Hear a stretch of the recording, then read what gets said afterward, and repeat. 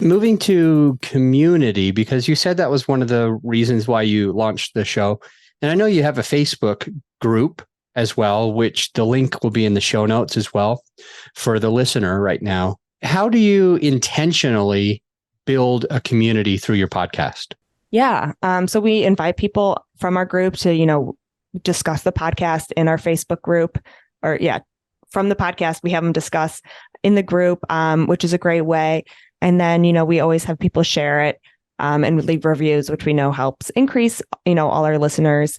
And so, we try to bring that conversation then to real time and bring up maybe a question or something about that relates to the podcast in the group. So all those conversations can kind of continue, and any thoughts that came up can kind of continue and be part of that conversation.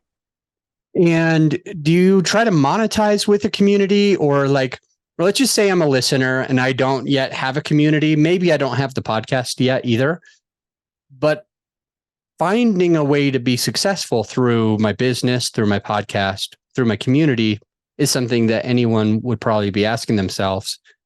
When you look at the community, how do you monetize it, or is it not important to monetize? What are your thoughts when building the community? And are there any additional tips that you could share with us to increase our value that we're giving to them?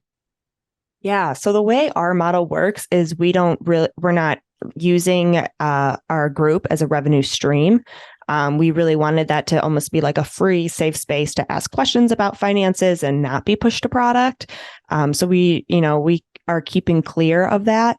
But we find as we grow, it's just like the more authentic you can be and, your true real self, we find things to grow. It's so easy to, get some ChatGPT prompts or questions and, not be that authentic anymore. And so, just making sure you're coming through as authentic as possible is really key to get people to connect with your message.